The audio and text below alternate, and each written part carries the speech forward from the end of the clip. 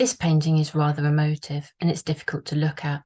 This painting represents the damage caused by the injustices within the child protection system. In April 2016, my 7-week-old baby was forcibly removed from my care. I started to scream. I am still screaming. I will never stop screaming. The removal of my baby was a violation of our human rights. At the time, there was little understanding about autism and parenting. The pain caused by the removal of my baby cannot be expressed into words, because unless you've lived through it, you could never comprehend the trauma. I'm still living through it. Nothing will ever put right what happened to our family. So much time stolen, time which can never be replaced. So much pain caused, pain that can never be erased. I'm not the same person since it happened. I will never be the same again. I feel it's important to acknowledge that when there is an absence of knowledge and understanding, the consequences can be catastrophic. The parenting experience is different for autistic people. Knowledge and understanding can make a huge difference to an autistic parent's life, leading to positive perinatal experiences. Many of my experiences were echoed within the United Kingdom Human Rights Committee report by Blakemore in 2015, outlining human rights violations against autistic parents. At the end of her report, she makes a profound comment.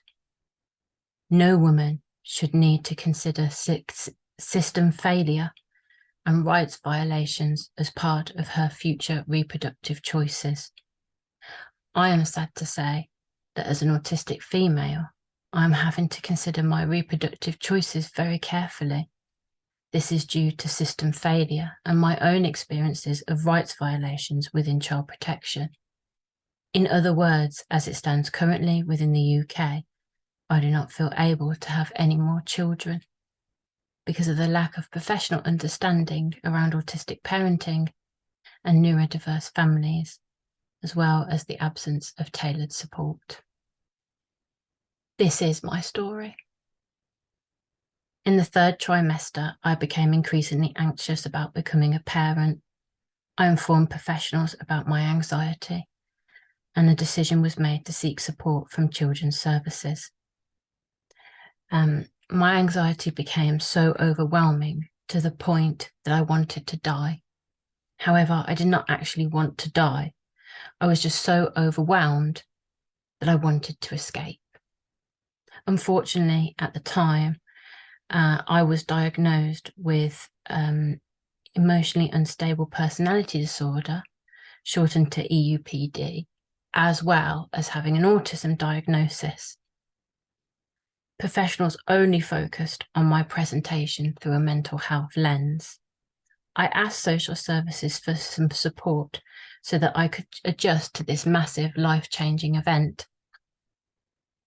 Social services repeatedly said, let's wait and see until after the birth.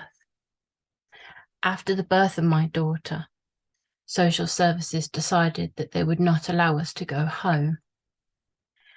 And I was told that if I wanted the best for my baby, that I would agree to go into a mother and baby unit voluntarily. I wanted the best for my baby, so I agreed. When I arrived at the first mother and baby unit, no sensory assessment was taken, despite the fact that the most debilitating aspect of my autism is my sensory sensitivities. However, I was able to settle into the unit and function as an autistic parent. The medical staff raised concerns about the EUPD diagnosis and questioned whether it was a misdiagnosis. The staff felt that my differences could all be attributed to my autism diagnosis. The unit made it clear to children's services that I was doing well, and I needed time to adjust to my role as a parent. Unfortunately, this was not what children's services wanted to hear, and they proceeded to start legal action in order to obtain an interim care order. I had less than 24 hours to seek legal representation.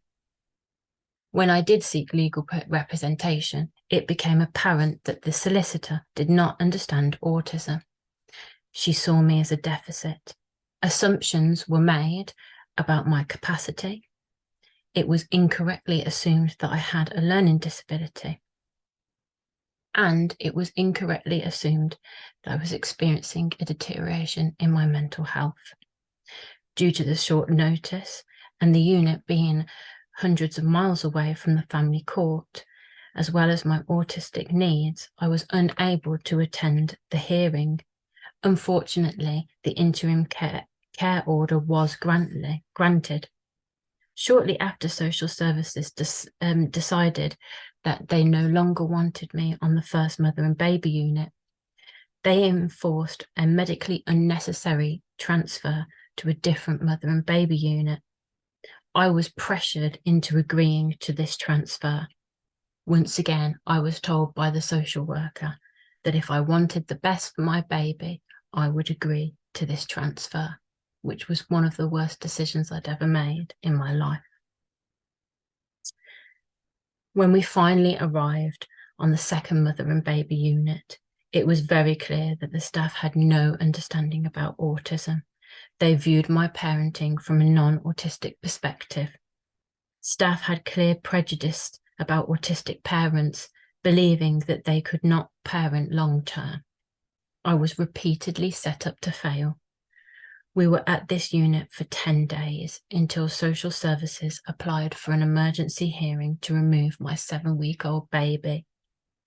The removal of my baby and the way the professionals forcibly removed her was one of the most inhumane treatments I've ever received in my life.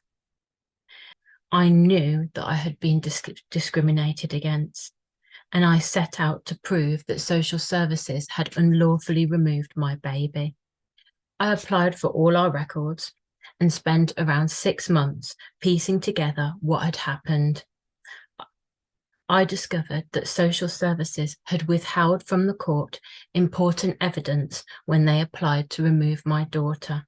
And due to my legal representation having a lack of understanding around autism and parenting, they failed to obtain this evidence despite it being readily available at the time. My daughter was placed into foster care, and I was only allowed 3 hours a week contact, which meant I had no choice but to give up breastfeeding, something that I really wanted to do. Social services refused to make reasonable adjustments for my autism, and I was repeatedly told by the social worker that they were only there for my daughter and not for me.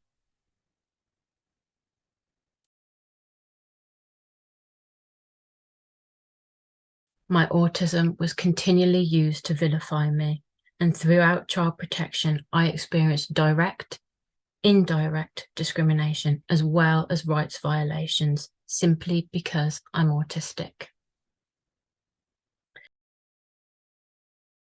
During the lengthy care proceedings, I was reassessed and the EUPD diagnosis was revoked. I have autism and recurrent depression. It took over 18 months for me to fight my case and for my daughter to be returned to my care. Finally, the judge ruled that the first judge who authorised my daughter's removal did not have the complete picture of my parenting at the time, and I was not afforded the opportunity to demonstrate my parenting skills.